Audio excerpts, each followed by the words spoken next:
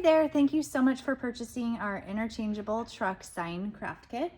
I just wanted to give you a few tips on completing your project. So here's an example of the finished sign. To get started with yours, you first want to paint all your raw wood. So we do have another video on our YouTube channel that talks all about painting and gluing wood pieces for signs and other crafts. So you'll want to make sure you watch that for more detail, but basically you're going to paint the background. It probably will take 2 to 3 coats. Make sure they are completely dry in between the coats. You can also smooth it out with a quick sanding with a piece of sandpaper that's included in your kit if you would like.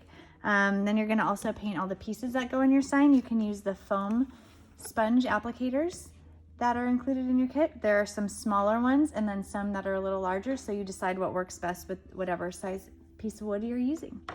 So after everything is painted, you're going to want to lay out placement just to make sure everything fits okay. So you'll want to take your largest insert that you're going to put in the back of your truck and place it right there just to make sure that you have enough room with your words. And then you can put that aside for a minute, and you'll take your gate or I think it's called a gate, whatever it may be, and put a little bit of glue just on the bottom half. And then you're going to glue it on the truck and leave that open space, and that will allow you to slide all your inserts right in there. You don't have to glue them or anything. They just kind of slide. They're nice and snug in there.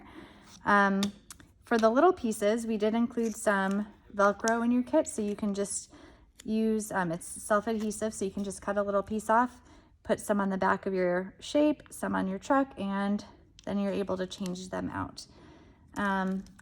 Have fun with your kit and happy crafting. Thanks so much.